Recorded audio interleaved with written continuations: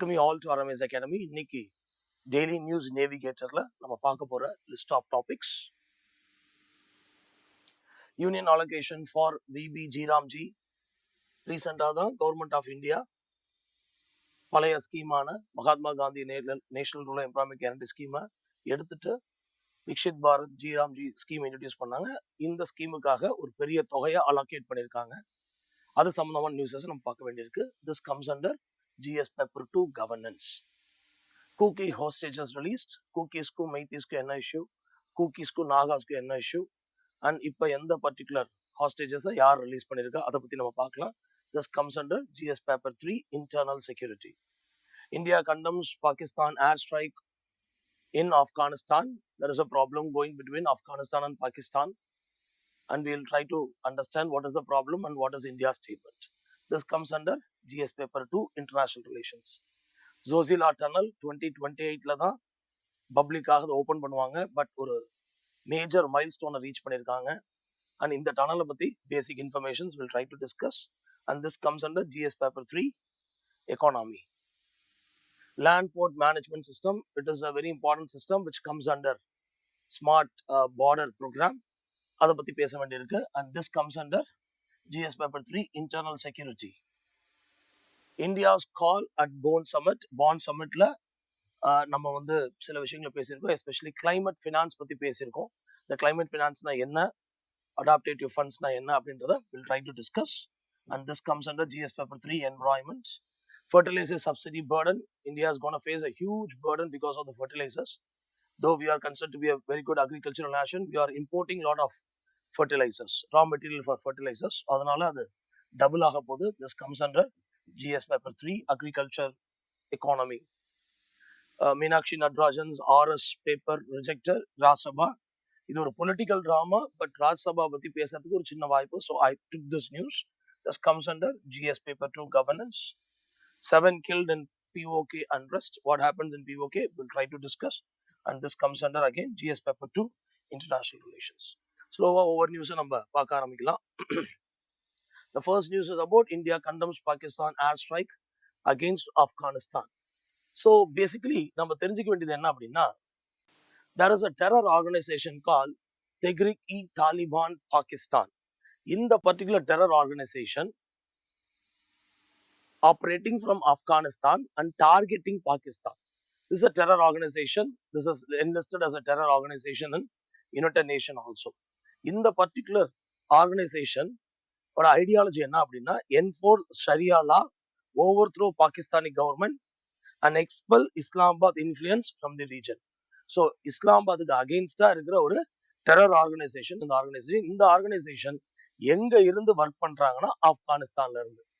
அதனால Afghanistan government is supporting for terrorism, Afghanistan government is supporting for state sponsor டெரரிசம்னு சொல்லி ஆப்கானிஸ்தான் கவர்மெண்ட்டுக்கு அகெயின்ஸ்டா அடிக்கடி பாகிஸ்தான் ஃபைட் பண்ணுவாங்க. அப்படி ஒரு சுச்சுவேஷன் தான் ஏர் ஸ்ட்ரைக் பண்ணதுல நடந்துச்சு. Got it?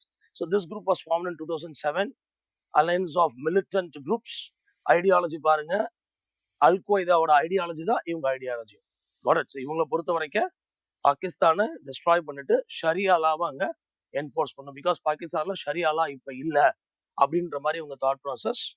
அண்ட் இவங்க 2001க்கு அப்புறம் தான் ரீசர்ஜன்ஸ் ஆகுறாங்க. ஏன் அப்படின்னா, ரொம்ப நாளா அந்த பர்டிகுலர் நேஷன்ல, தட் இஸ் ஆப்கானிஸ்தான்ல ரொம்ப நாளாவே தாலிபான் ரூல் இல்லை.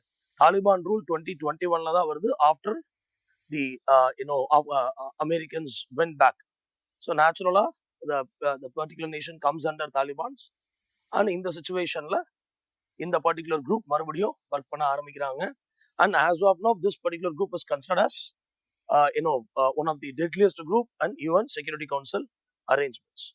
இப்ப இதை பேஸ் பண்ணி பாகிஸ்தான் ஆர்மி இஸ் ரைடிங் இன் ஆப்கானிஸ்தான். அதுல பொதுமக்கள் கொல்லப்படுறாங்க. அதனால இந்தியா அதுக்கு அகேன்ஸ்டா கண்டம் பண்ணிருக்காங்க. எங்க கண்டம் பண்ணாங்கன்னா, யுனைடெட் நேஷன்ஸ் செக்யூரிட்டி கவுன்சில்ல கண்டம் பண்ணாங்க. So you might know there are 6 organs of United Nation. அதுல ஒன்னு தான் United Nation security council. And one of the most powerful, you can say, not one of the most powerful organisation out of 6ல இதுதான். This particular organization is responsible for peace and security ஆனா இதுல 15 members இருப்பாங்க, 5 permanent members. இவங்க 5 பேர் தான் world war 2ல win பண்ண டீம்ல இருந்தவங்க allies. ஸோ அவங்க பெர்மனன்ட் மெம்பர் ஆயிட்டாங்க. அண்ட் தேர் ஆர் 10 நான் பெர்மனன்ட் மெம்பர். இந்தியா இந்த நான் பெர்மனன்ட் மெம்பரா இது வரைக்கும் 8 டைம்ஸ் இருந்திருக்காங்க. இப்போ 3-4 இயர்ஸ் முன்னாடி கூட 2 இயர்ஸ் நம்ம கண்டினியூஸா இதுல மெம்பரா இருந்தோம். And we are trying to get permanent membership ரொம்ப நாளா. அண்ட் நம்ம கூட சேர்ந்து G4 nations including India G4 nations try பண்ணிட்டு இருக்காங்க. பிரேசில் ட்ரை பண்றாங்க, ஜெர்மனி ட்ரை பண்றாங்க, இந்தியா ட்ரை பண்றாங்க, ஜப்பான் ட்ரை பண்றாங்க. But as of now permanent members are not ready to allow anybody inside. Got it? So இந்த particular நியூஸ்ல India எதை பத்தி பேசியிருந்தாங்கன்னா, principle of state sovereign and article 2 subclause 4 of UN charter states that எந்த ஒரு நேஷனும் இன்னொரு நேஷனுக்கு அகேன்ஸ்டா ஃபோர்ஸை பயன்படுத்தக்கூடாது. Prohibits the use of force against the territorial integrity or political independence of any state. But இந்த இடத்துல Pakistan is using force against Afghanistan. So article 2 subclause 4 இது வயலேட் பண்ணுதுன்னு இந்தியா சொல்லியிருக்காங்க. And fundamental principles on international law, because ஒரு நாட்டோட sovereign இறையாண்மை அப்படிங்கிறது fundamental principle of international law. So ஒரு nation can take their decision on their own. But இன்னொரு நேஷன்ல இந்த மாதிரி போய் ரைட் பண்றது, அட்டாக் பண்றதுலாம் we cannot accept. State have exclusive authority over their territory, but now Pakistan is violating it, protected under UN Charter. And the UN Charter தான் Article 2 subclass 4. And இதுல ஒரு புது வார்த்தை யூஸ் பண்ணிருக்காங்க. There are different types of terrorism. But I've heard about narco terrorism in recent days. அது famous ஆயிட்டு இருக்கு.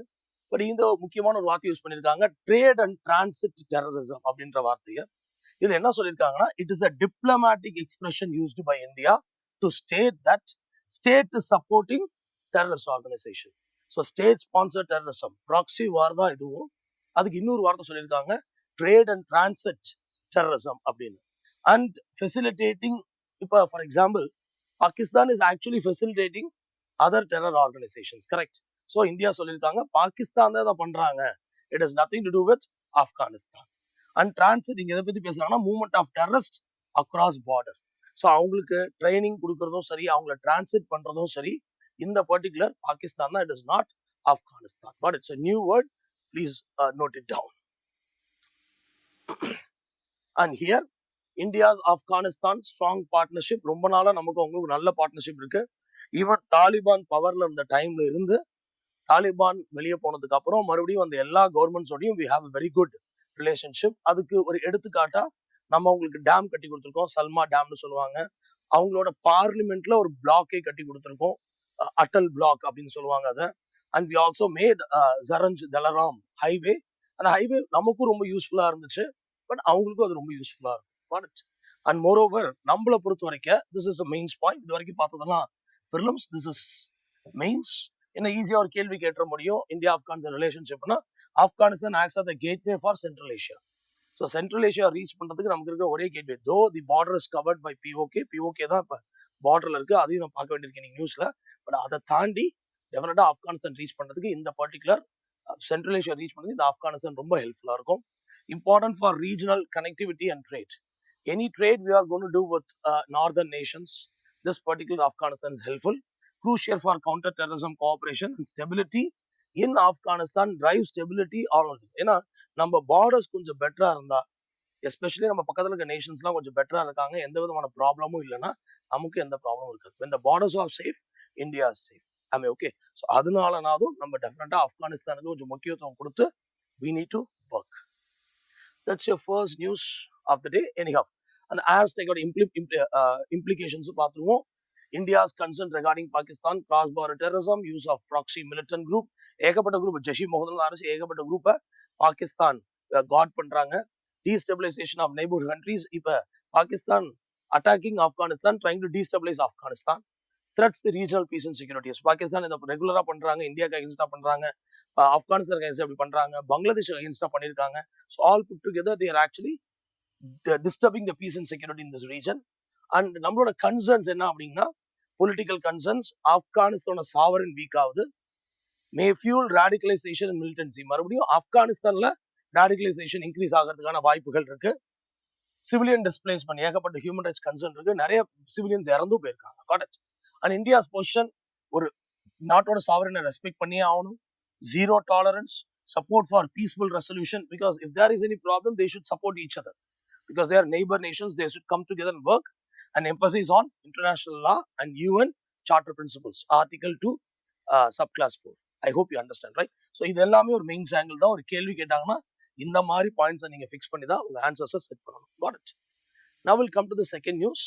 14 cookies held hostage by Naga groups released. We'll try to understand. This is Manipur's map. இந்த மேப்ல பாத்தீங்கன்னா you can find இங்க local inhabitants, இவங்க தான் இந்த மணிப்பூரோட இண்டிஜினியஸ் பீப்புள், மெய்தீஸ் வாழ்றாங்க Imphal வேலியில. You can find Kuki tribes here and you can find Naga tribes here. Meiteis are not tribes actually. So what we can find is 3 different peoples are living. This Kuki is fighting with this Meiteis and this Kuki is fighting with this Nagas also. That's a problem here. So rendu conflict நடந்தது, Kukis versus Nagas and Kuki versus Meiteis. We'll try to understand one by one what is the problem between conflict in the region. காரணம் என்னன்னு, Meiteis versus Kukis. Meiteis majority population காரங்க. ஒரு ஸ்டேட்ல ஒதுக்கு பண்ற fund மெஜாரிட்டியா மெய்தீஸ்க்கு தான் போகுது. ஆனா ரொம்ப ரீசெண்டா ஒரு 2.5 இயர்ஸ்க்கு முன்னாடி Meiteis was asking for ST status. ரொம்ப நாளா கேட்டு இருந்தாங்க. ஒரு 2.5 இயர்ஸ்க்கு முன்னாடி high court judge why can't we consider Meiteis டிமாண்ட்னு சொல்ல போய், ஸ்டேட் கவர்மெண்ட் கன்சிடர் பண்றேன்னு சொல்ல போய் ஹியூஜ் ப்ராப்ளம் நடக்குது. யாருக்கு யாருக்குன்னா மெய்தீஸ் அண்ட் குக்கீஸ். இன்னும் அந்த ப்ராப்ளம் போயிட்டு தான் இருக்கு. Got it? So land and demography. வேலி வெர்சஸ் ஹில் டிவைட். வேலியில யார் இருக்கா? மெய்தீஸ் இருக்காங்க. கூக்கீஸ் எங்க இருக்காங்க? ஹில் ஏரியாஸ்ல இருக்காங்க. That's a divide. இப்ப கூக்கீஸ் கேன் பை லேண்ட் இன் இம்பால் வேலி, but மெய்தீஸ் cannot buy land in Kuki regions because of forest area. ரெண்டாவது வாங்கவும் விட மாட்டேன்றாங்க. Got it? அதுதான் மெய்தீஸ் சொல்றாங்க. அதான் மெய்தீஸ் சொல்றாங்க, எங்களை வாங்க விட மாட்டேன்றாங்க. எங்க லேண்ட் அவங்க வாங்கிக்கிறாங்க. ஸோ ஹிஸ்டாரிக்கலி எங்க லேண்ட் நிறைய லாஸ் ஆகுது. அதுக்கு பதிலா எங்களுக்கு எஸ்டி ஸ்டேட்டஸ் கொடுத்துட்டீங்கன்னா, மெய்தீஸ்க்கு எஸ்டி ஸ்டேட்டஸ் கொடுத்துட்டா நாங்களும் கூக்கி லேண்ட்ல இடம் வாங்கலாம்ல அப்படின்றாங்க. பட் ஜென்ரலா வாங்க முடியாது. It's not proper to buy land, forest land actually வாங்க விட மாட்டாங்க. பட் ஸ்டில் அவங்களோட நினைப்பாங்க. Got it? அது ST status dispute. But Kukis என்ன சொல்றாங்கன்னா, ஒருவேளை மெய்தீஸ்க்கு எஸ்டி ஸ்டேட்டஸ் கொடுத்துட்டீங்கன்னா நாங்க என்ஜாய் பண்ற ரிசர்வேஷனை இவங்க என்ஜாய் பண்ண ஆரம்பிச்சிருவாங்க. பிகாஸ் இவங்க தான் பெரிய குரூப். ஆல்ரெடி ஸ்டேட் பட்ஜெட் நிறைய இங்க தான் போகுது. ஸ்டேட் பட்ஜெட் அதிகமா இம்ப்ளிமெண்ட் பண்ற இடமும் இம்பால் வேலி தான். இவங்க தான் 40 எம்பிஸ் வச்சிருக்காங்க, 40 எம்எல்ஏஸ் வச்சிருக்காங்க. இவங்க 20 எம்எல்ஏஸ் வச்சிருக்காங்க. Got it? ஸோ இந்த மாதிரி நிறைய இன்ஃபர்மேஷன்ஸ்னால, நிறைய விஷயங்கள்னால இவங்க எஸ்டி கொடுக்கக்கூடாதுன்னு கூக்கி சொல்றாங்க. Got it? ஸோ அதுதான் அவங்க 2 பேத்துக்குள்ள இருக்க major problem. Got it? But இந்த நியூஸ் ஸ்பெசிஃபிக்கா யாருக்கும் ஃபைட் அப்படின்னா நாகாஸ் அண்ட் கூக்கீஸ். See, நாகாஸ் அப்படிங்கிறவங்க not one tribe, multiple tribes சேர்ந்தவங்க தான் நாகாஸ். அண்ட் இந்த நாகாஸ் இந்த tribes Nagaland, Arunachal Pradesh, Assam, Manipur, Mizoram and even மியான்மர்ல கூட இருக்காங்க. இந்த Naga tribe they want to create something call greater Nagalim. Greater Nagalim அப்படிங்கிறது ஒரு ஒரு secessionist movement. They want to divide India. Nagaland, whole of Nagaland, parts of Assam, parts of Arunachal Pradesh, parts of Manipur, parts of Mizoram, and parts of Myanmar. இதெல்லாம் சேர்த்து they want to create a new land called Greater Nagaland. அப்படி create பண்ணும்போது அதுல historical land for கூக்கீஸ் அதுல greater நாகாலும்ல போகும். So Kukis are saying we are not subscribing for greater Nagalim. அந்த concept நாங்க வரமாட்டோம். எங்க ஆன்செஸ்டர் லேண்ட் அது, நாங்க இங்க மட்டும் தான் இருப்போம்னு கூக்கி சொல்றாங்க. But Nagas are saying no விட மாட்டோம், நீங்க உங்க லேண்டும் சேர்ந்து வந்தாதான் அது கிரேட்டர் நாகாலும். ஸோ லேண்டுக்கான பிரச்சனையை நம்ம இதை பார்க்கலாம். So as of now competing territorial claim. So Nagalim, greater Nagalim claim பண்றாங்க. இப்போ கூக்கீஸ் மணிப்பூர்ல இருக்க ரீஜனும் அவங்க ரீஜன் தான், அதெல்லாம் சேர்த்து தான் கிரேட்டர் நாகாலும் கிளைம் பண்றாங்க. அதை யாரும் ஒத்துக்க மாட்டா, கூக்கீஸ் ஒத்துக்க மாட்டாங்க. அண்ட் ஹிஸ்டாரிக்கல் கிளாஷ் 1990s இருந்து இந்த கிளாஷ் இருக்கு. It's not a new one. 1990s அப்பப்போ அடிச்சுக்குவாங்க. பட் இந்த டைம் அந்த ஃபைட் கொஞ்சம் எக்ஸ்ட்ரா போயிடுச்சு. வை? பிகாஸ் இவங்களும் புஷ் பண்றாங்க, நீங்களும் புஷ் பண்றாங்க. ஆனா அந்த 1990s இருந்து இது வரைக்கும் ஏகப்பட்ட கூக்கி வில்லேஜஸ் அப்ரூவ் பண்ணிருக்காங்க இந்த பர்டிகுலர் நாகாஸ். ஆமே, ஓகே. ஸோ அவங்களுக்குள்ள இருக்க ஃபைட் நம்ம இப்படி பார்க்கலாம். Got it? இப்ப அடுத்த கான்ஃபிளிக்ட்ஸ். இந்த கான்ஃபிளிக்ட்னால மணிப்பூருக்கு என்ன ப்ராப்ளம் ஏற்படுதுன்னு பாருங்க. Thread to national integration. கரெக்டா? இந்த ரீஜன் மட்டும் அப்படியே உடஞ்சு போயிடுச்சுன்னா யோசிச்சு பாருங்க எப்படி இருக்கும். Got it? It's a cessation mode. We cannot allow it. And Manipur, almost 2.5 years பத்தி எரியுது. We are trying to put down the fire, but it's not happening. அப்பப்ப Kukis versus Maitis fight பண்ணிட்டே இருக்காங்க. And last 2-3 months Kukis versus Nagas fight பண்றாங்க. So think of the Manipur people. Displacement of civilians, governance challenges, அங்க பெரிய schemes எதுவும் implement பண்ண முடியல. It's proven to be very costly. And humanitarian crisis. You would have heard about how women are targeted in this crimes early. Got it? So எப்படி இதை solve பண்றது? Political dialogue வேணும், community ஸ்ட்ரென்திங், முக்கியமா என்ஜிஓஸை involve பண்ணணும். NGO involvement is very very important. And administration பொறுத்த வரைக்கும் யாரு kill பண்றாங்க, அவங்க கிட்னாப்பிங், அவங்கள ஃபாஸ்டா விரைந்து பிடிச்சா அவங்களுக்கு தண்டனை வாங்கி தரணும். அண்ட் சோசியல் ரீகான்சலேஷன், அதான் இந்த என்ஜிஓஸ். அண்ட் கண்டிப்பா டிஸ்ஆர்மமெண்ட் பண்ண வேண்டியிருக்கு, நிறைய பேச வேண்டியிருக்கு. Anyhow as of now NSCN ஒரு பீஸ் ட்ரீட்டில தான் இருக்காங்க இந்தியா கூட. பட் ஸ்டில் அவங்களோட அஜெண்டாவை அவங்க புட் ஃபார்வர்ட் பண்ணிட்டே தான் இருக்காங்க.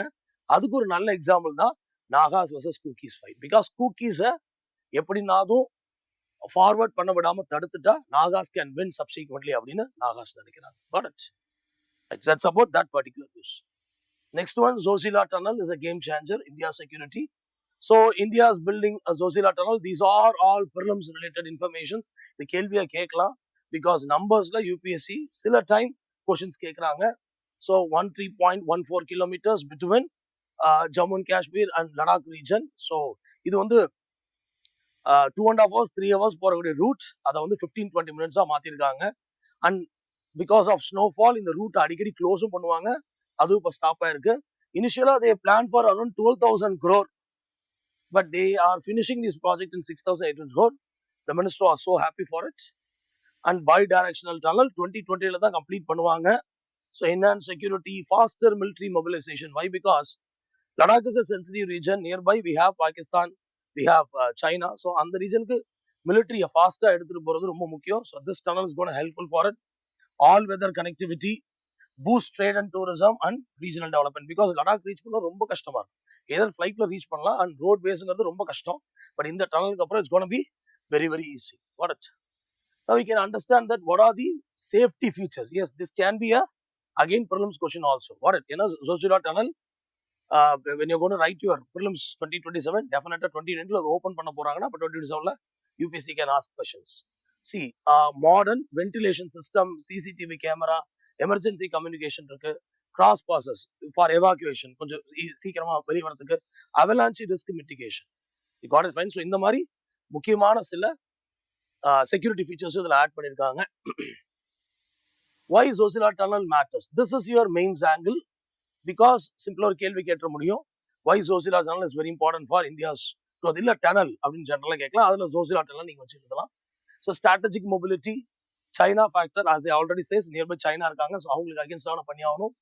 All weather connectivity, and after tunnel, year long connectivity, reduce isolation of Ladakh. Ladakh அந்த பனிப்பொழிவு டைம்லலாம் Ladakh is almost isolated. அதை reduce பண்ண முடியும். And economic benefits, tourism நடக்க போகுது, trade logistics better ஆக போகுது, employment opportunities create பண்ண போகுது, because people can move, work in Ladakh, or Ladakhல இருந்து people can come to JNK and work. And regional development, India is always thinking about Jammu and Kashmir and Ladakh towards the development. அதனால தான் Article 370 was abrogated early. So anyhow, national integration, balanced regional development, better access to health and education, because people can come out. They can come South Jammu and Kashmir. Jammu and Kashmir நாங்க போக முடியும், education better இருக்கும், health care better இருக்கும், improve disaster response. ஏன்னா whenever there is a problem in Ladakh, so the national disaster response force can easily reach through road connectivity. Got it? And these are other passes which is in news. You can find Atal Tunnel, Sela Tunnel, and the Shinkula Tunnel. Shinkula Tunnel yet to be opened. இது propose தான் பண்ணியிருக்காங்க. So இதெல்லாம் strategic tunnels. What it fine, you can find. இதை கொஞ்சம் மக் பண்ணி வச்சுக்கோங்க. Because எந்த tunnel எது கனெக்ட் பண்ணது ஒரு கேள்வி கேட்க முடியும். What it, because Zojila Tunnel is going to be a great marvelous one. So அது கூடவே மிச்ச டனல்ஸையும் கொஞ்சம் பைகாட் பண்ணி வச்சுக்கோங்க. What it right. Next one, VBG Ramji. இந்த ஸ்கீமை Mahatma Gandhi national rural employment guarantee scheme, அதை எடுத்துட்டு இந்த ஸ்கீமை கொண்டு வந்தாங்க. அப்போ இந்த ஸ்கீம் கண்டினியூவா இருக்கிறதுக்கு நிறைய ஃபண்ட் கொடுக்க வேண்டியிருக்கும். அப்படி ஒரு 95,000 crore இதுல வச்சிருக்காங்க. So VBG Ramji Act 2025. So 125 days of employment. Mahatma Gandhi national rural employment guarantee ஸ்கீம்ல 100 days தான் கொடுத்துட்டு இருந்தாங்க. இப்போ 125 இன்க்ரீஸ் பண்ணியிருக்காங்க. அண்ட் 15 daysக்குள்ள வேலை கிடைக்கலன்னா அன்எம்ப்ளாய்மெண்ட் அலவன்ஸ் கொடுக்கறது முன்னாடி இருந்துச்சு, அதையும் ரீடைன் பண்ணியிருக்காங்க. 60-40 for general race, 90-10 for north eastern Himalaya states. ரெண்டு பேரும் ஷேர் பண்ணி தான் ஒர்க் பண்ணி ஆகணும். அண்ட் வென்எவர் சொன்ன ஃபார் எக்ஸாம்பிள் ஒரு ஸ்டேட்டுக்கு 10,000 crore அலாட் பண்றாங்க அப்படின்னா அதோட ஜாஸ்தியா மணி போயிடுச்சுன்னா it is the state's responsibility to spend for it. Got it. And 60 days of agriculture pause because sowing season harvest சீசன்ல இந்த ஸ்கீமை நிறுத்தி வச்சிருவாங்க. So that the people will be available for that particular job. Got it. அடுத்து 4 focus area water security, rural infrastructure, livelihood assets and climate resilience. இதெல்லாம் கொஞ்சம் நல்ல விஷயம் தான். பிகாஸ் மகாத்மா காந்தி ஸ்கீம் கொண்டு வரப்ப அவங்க என்ன வேலை செய்யறாங்கன்றதுல பெரிய கொஸ்டின் மார்க்ஸ். அப்புறம் தான் ஜியோ டேக்கிங்லாம் கொண்டு வந்து அதை புஷ் பண்ணி கொஞ்சம் பெட்டரா மாத்தினாங்க. பட் ஆரம்பத்திலேயே இவங்க சொல்லிடுறாங்க இந்த நேரம் நாங்க டேக் கேர் பண்ண போறோம் அப்படின்னு. அண்ட் பிஎம் கடிசக்தி ஸ்கீமோட இந்த ஸ்கீம் லிங்க் பண்றாங்க.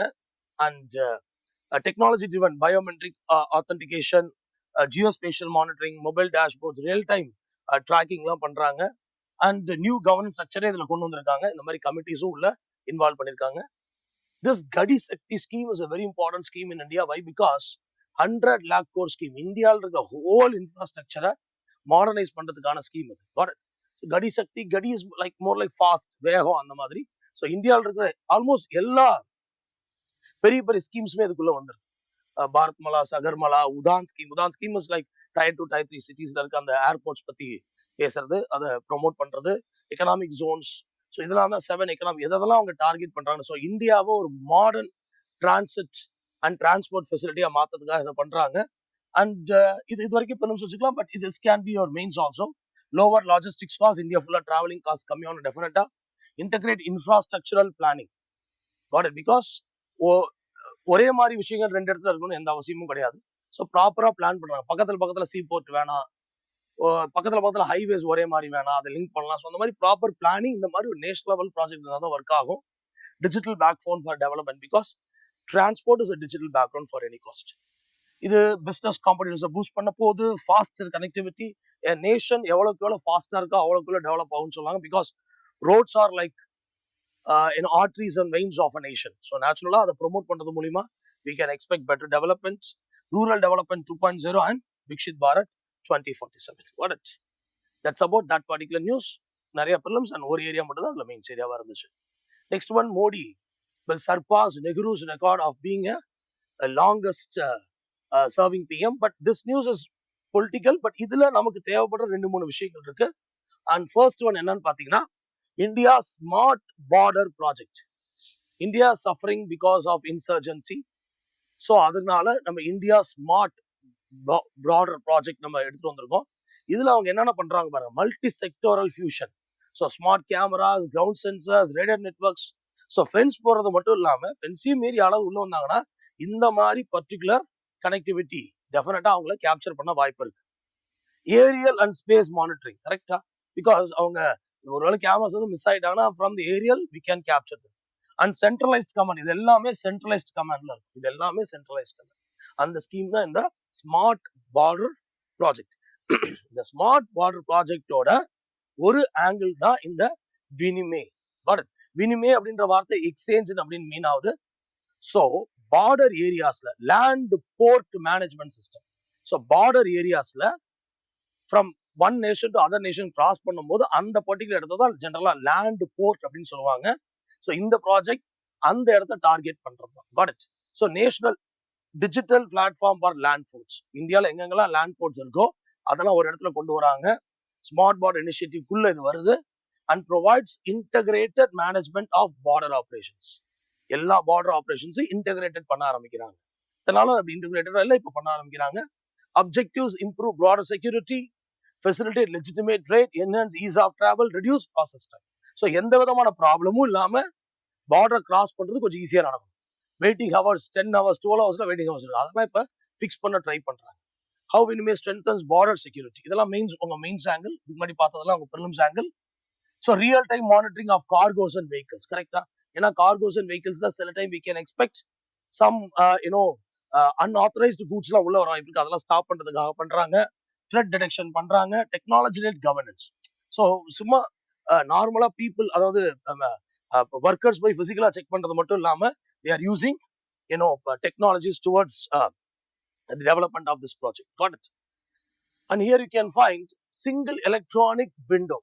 பாருங்க, லேண்ட் பார்டர் ஸ்கீம்ல உள்ள வர போற வெஹிக்கிள்ஸை மானிட்டர் பண்றதுக்காக அதை பண்ணிருக்காங்க. இந்த சிங்கிள் எலக்ட்ரானிக் விண்டோ அப்படிங்கிறது, இப்போ கூட்ஸை நம்ம உள்ள எடுத்து வரணும் அப்படின்னா அந்த வண்டி, அந்த particular vehicle which is coming inside, அது பல இடத்துல பர்மிஷன் வாங்கும். போர்ட் அத்தாரிட்டிஸ்ட, செக்யூரிட்டி ஏஜென்சிஸ்ட, இமிகிரேஷன்ஸ்ட, கஸ்டம்ஸ்ட, பல. ஆனா சிங்கிள் விண்டோ கிளியரன்ஸ் அப்படிங்கிறது faster clearance, reduce paper work, improve transparency, better intelligence coordination, ease of doing business.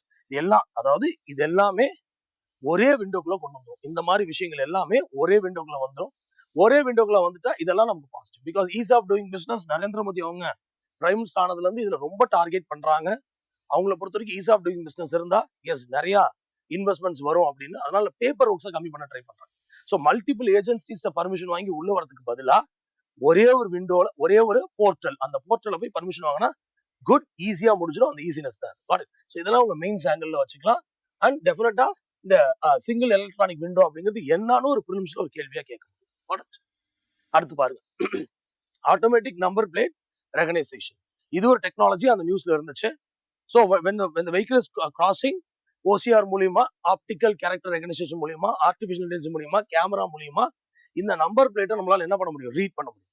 So number plate read பண்ணி ஆட்டோமேட்டிக்கா எல்லா இன்ஃபர்மேஷன்ஸும் வந்துடும். இந்த வெஹிக்கிள் எங்க இருந்து வருது, எங்கெங்கெல்லாம் பர்மிஷன் வாங்கியிருக்கு, எங்கெங்கெல்லாம் போக போகுது, யாரு டிரைவர், எல்லா இன்ஃபர்மேஷன்ஸும் வந்துடும். How easy for those border police to manage these things. Vehicle tracking பண்ண முடியும், security monitoring, broader management, toll collections, law enforcement. Toll collections கூட பண்ணிக்கலாம். இந்த வெஹிக்கிள் ஆல்ரெடி எல்லாம் பே பண்ணிட்டாங்க அப்படி. RFIDங்கிறது நம்ம நாட்டுக்குள்ள மட்டும்தான். பட் வெளிநாட்டுல இருந்து ஒரு பஸ் வருது, ஒரு கார் வருது, இல்லை பேசஞ்சர்ஸ் ஒரு டூர் மாதிரி வராங்க அப்படின்னா இந்த பர்டிகுலர் சிஸ்டம் யூஸ் பண்ணி we can push. Got it, friends? So security, in the particular integrated security is based on AI, ஸ்மார்ட்டா எல்லாத்தையும் பண்ண ட்ரை பண்றாங்க. ஸோ அதோட அவுட்கம் தான் இந்த ப்ரோக்ராம்ஸ்லாம். இதெல்லாம் எது வேணாலும் உங்க ப்ரிலிம்ஸ் கொஸ்டினா இருக்கலாம். அந்த பர்டிகுலர் நேம் கொடுத்துட்டு அதோட அவுட்கம்ஸ் கேட்க முடியும். It can be your mains question also. Let's have the next news. India call for dialogue on climate finance adaptation at Bonn summit. ஜென்ரலா United Nation framework convention on climate change, அதுக்கு முன்னாடி பான்ல அவங்க meet, ஏன்னா Bonn is the capital, headquarters of United Nation framework convention on climate change. You can see this particular convention meet பண்றதுக்கு முன்னாடி conference of parties highest level authority, அதுக்கு முன்னாடி ஜென்ரலா அவங்க அந்த பான்ல மீட் பண்ணி நம்ம எதெல்லாம் டிஸ்கஸ் பண்ணணும் அப்படின்னு பேசிக்குவாங்க. இதுல இந்தியா பேசியிருக்காங்க எதை பத்தி அப்படின்னா கிளைமேட் ஃபினான்ஸ் பத்தி. ஸோ ஒரு சின்ன introduction about this particular UNFCCC Paris climate deal. இப்போ அது பிரசன்டா இருக்கு. we are trying to reduce the global temperature 2 degreesக்கு மேல போகாம இருக்கிறதுக்கு புஷ் பண்ணிட்டு இருக்கோம். ப்ரீ இண்டஸ்ட்ரியல் லெவல்ஸ்ல இருந்து அதுக்காக ஒர்க் பண்ணிட்டு இருக்காங்க. குவைட் ப்ரோட்டோகால் ஆல்மோஸ்ட் எண்ட் ஆயிடுச்சு. But still it is a very important one. We should understand it. And you can find around 198 states are there. Conference of Party is the highest decision making body. அதான் COP26, COP27 அப்படி நீங்க கேள்விப்படுவீங்க. And இதோட secretariat பான் ஜெர்மனில இருக்கு. So எப்பயுமே பான் ஜெர்மனில இந்த particular meeting நடக்கும். இந்த மீட்டிங்லயும் India மாதிரி நேஷன்ஸ்லாம் போய் கலந்துக்கிட்டு என்ன வேணும் என்ன வேணான்றத they will speak. இதுல இந்தியா எதை பத்தி பேசியிருக்காங்கன்னா climate finance and adaptation finance. Climate finance அப்படிங்கிறது எங்க நாட்டுல இருந்து எமிஷன் நாங்க கம்மி பண்றதுக்கு பணம் கொடுங்க. Mitigation, adaptation. பாருங்க, மிட்டிகேஷன் அப்படிங்கிறது எமிஷன் வராம இருக்கிறதுக்கு பண்ணக்கூடிய ஒரு விஷயம். பட் அடாப்டேஷன் அப்படிங்கிறது ஆல்ரெடி எமிஷன் ஆயிடுச்சு, அதுக்கு என் மக்கள் கஷ்டப்படுவாங்கல்ல. ஃப்ளட் ப்ரொடக்ஷன், கரெக்டா? Because of climate change, floods நிறைய வருது, எல்னினோ லானினா எவ்வளோ பிரச்சனை. ட்ராட் மேனேஜ்மெண்ட், முன்னாடி ட்ராட்டே இல்லை, பட் இப்போ திடீர்னு ட்ராட் வருது என் ரீஜன்ல. அது காரணம் என்ன இருக்கு? Climate change. அப்ப அங்க இருக்க பீப்புளை நான் மேனேஜ் பண்ண, அவங்களுக்கு நான் பைப்டு ட்ரிங்கிங் வாட்டர் தரணும். I need to extend my Jal Jeevan mission, அதுக்கு கேஷ் கொடுங்க. ஸோ மிட்டிகேஷன் அப்படிங்கிறது எமிஷனை கம்மி பண்றதுக்காக. இந்த அடாப்டேஷன் அப்படிங்கிறது ஆல்ரெடி எமிஷன் வந்தது, அது நம்மளை அஃபெக்ட் பண்ண வாய்ப்பு இருக்கு, அதுக்கு எனக்கு பணம் கொடுங்க. ஆனா ஜென்ரலா டெவலப்டு நேஷன்ஸ் இதுக்கு பணம் தர மாட்டாங்க. Developed nation saying that we will give money for this because இதுல இமீடியட் எஃபெக்ட் இருக்கு.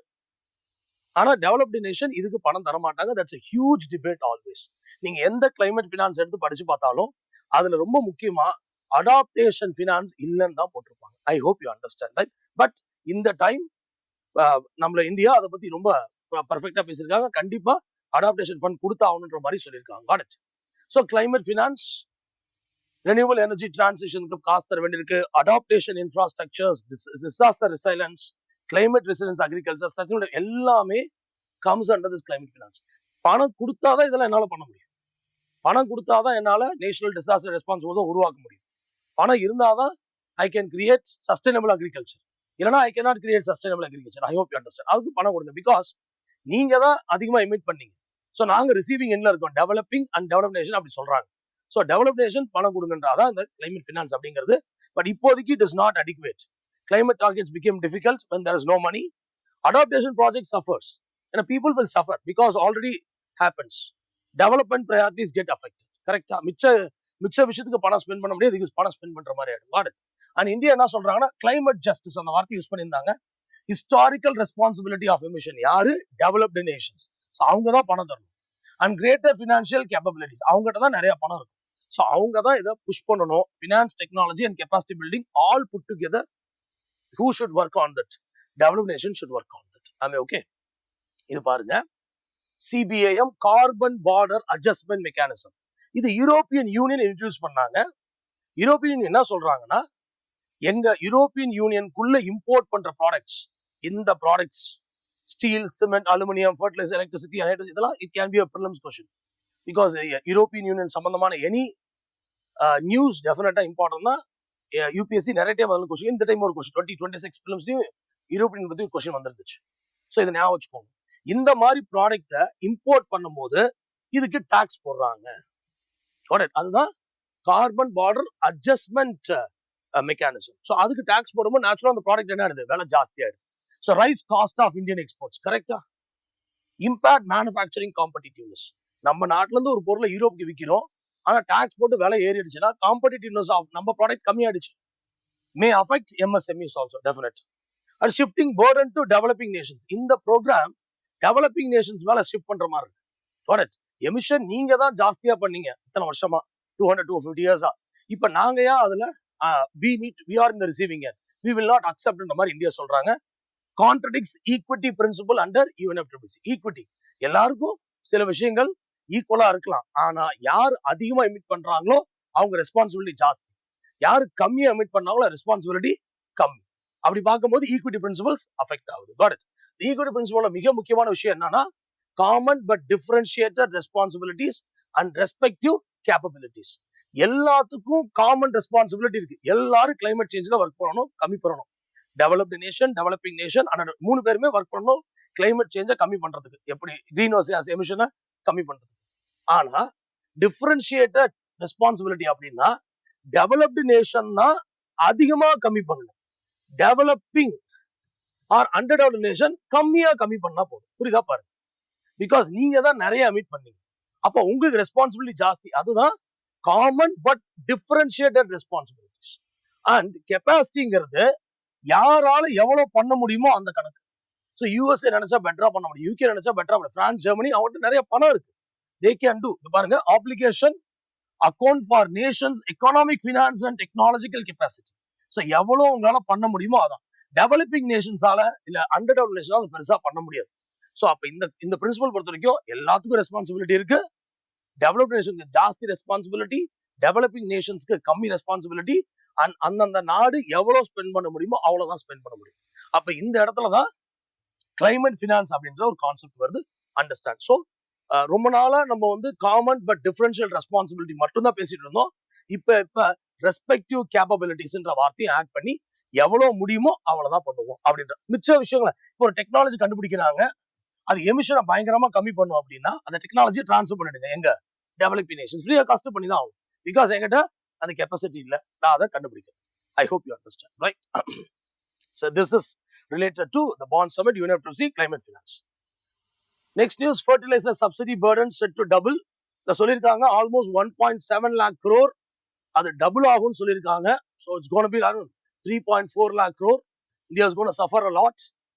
இங்க what we can understand is that though India is considered to be one of the agriculture superpower, எல்லா particular NPK, nitrogen, phosphorus and potash. இது எல்லாத்தையும் நம்ம import தான் பண்ணிட்டு இருக்கோம்.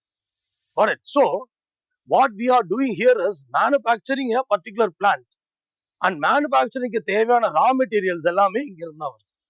I hope you understand. So நம்ம விளை வைக்கிறோம் அந்த plant, ஆனா raw materials இங்க இருந்து வருது.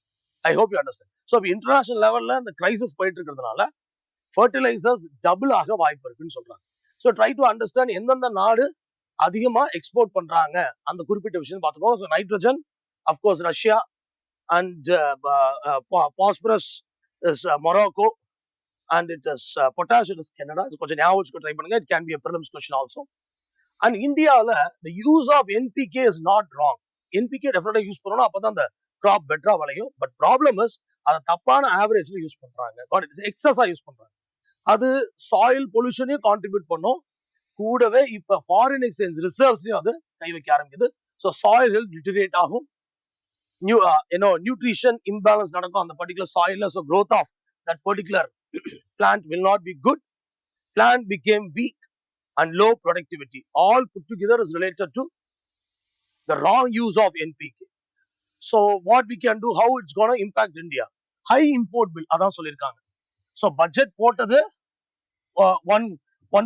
1.7 lakh crore, இப்போ 3.4 lakh crore ஆகும் அப்படின்னு சொல்லியிருக்காங்க. பிகாஸ் அந்த லெவலுக்கு we are going to suffer.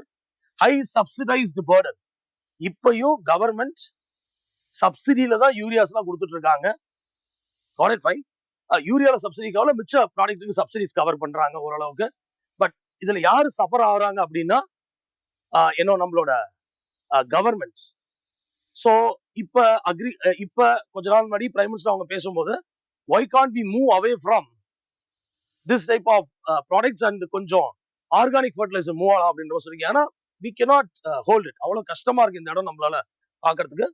Low form income, because இதை நம்ம யூஸ் பண்ணிட்டே இருக்கும்போது ஃபார்ம் இன்கம் கம்மியாக வாய்ப்பு இருக்கு. And threat to our food security. Got it? So அதான் the first news in your Indian Express paper. Got it? சரி, this is second news in Indian Express paper. Rajya Sabha seat reject ஆயிருக்கு. காங்கிரஸ் ராஜ்யசபா சீட்ல இருக்கிறதுக்காக name கொடுத்துருக்காங்க. But அவங்க நேம எடுத்திருக்காங்க election commission of India. இது ஒரு பொலிட்டிக்கல் ட்ராமா தான். But try to understand in a single page what is Rajya Sabha. Rajya Sabha article 80 to 104, maximum strength of 250 members, at present 245 members. So composition பொறுத்த வரைக்கும் 233 and 12 nominated by president. முன்னாடி 252 இருந்துச்சு, அந்த 2 Anglo Indians அதை எடுத்துட்டாங்க. And 6 years, 1/3 retire every 2 years. Permanent house never dissolved. The house dissolve ஆகாது. And எப்படி elect பண்றாங்கன்னா MLAs elects Rajya Sabha members. I hope you understand. Lok Sabha members தான் people directly vote பண்ணுவாங்க. But இங்க MLAs தான் elect பண்ணுவாங்க. Proportional representation by the means of single transfer vote. So ஒருவேளை ஒரு பர்டிகுலர் அசம்பிளியில 100 MLAs இருக்காங்க, 25, 25, 25, 25 4 கட்சிக்காரங்க இருக்காங்க. 4 கட்சிக்காரங்களும் ஒரு சீட் ராஜ்யசபா சீட் அனுப்ப முடியும். That differs actually. இப்போ தமிழ்நாடு பொறுத்த வரைக்கும் every 13 MLAs 1 Rajya Sabha MP.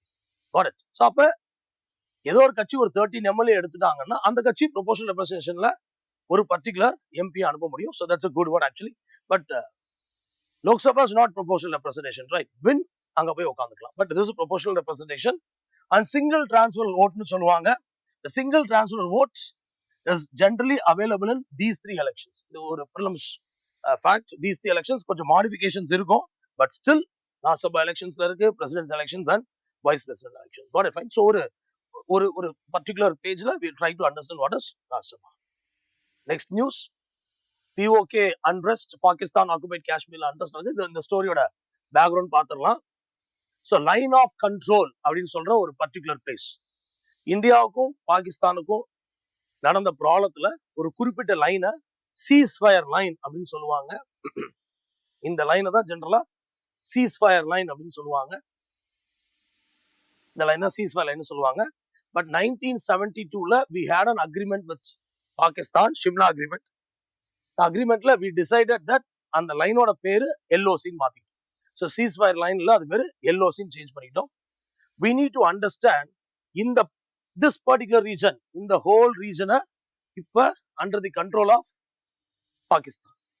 Generally, this region is called as POK. This region is called as Gilgit-Baltistan region. Both region constitutionally, morally belongs to India. But அந்த ரெண்டு ரீஜனை யார் கேப்சர் பண்ணி வச்சிருக்காங்க அப்படின்னா பாகிஸ்தான். இப்ப இந்த ரீஜன்ஸ்ல இருக்க மக்கள், especially joint Awami action committee and human rights issue in Pakistan, இந்த இன் பிஓகே, பாகிஸ்தான் ஆக்கியபைட் காஷ்மீர்ல இந்த பர்டிகுலர் கமிட்டி ஹியூமன் ரைட்ஸ் இஷ்யூவை ரைஸ் பண்ணி எங்களுக்கு அகேன்ஸ்டா பாகிஸ்தான் நிறைய பண்றாங்க, ஹென்ஸ் எங்களுக்கு பாகிஸ்தான்ல இருந்து ஒரு வெளியே வரணும், நாங்க we don't want to be with Pakistan நினைக்கிறாங்க. ஏன்னா இந்த ரெண்டு ரீஜனையுமே இப்போதைக்கு அட்மினிஸ்ட்ரேட் பண்றது பாகிஸ்தான். பாகிஸ்தான் நேரா அட்மினிஸ்ட்ரேட் பண்றாங்க இந்த ரீஜனை with some agencies there administering, but technically speaking it is our land. Got it.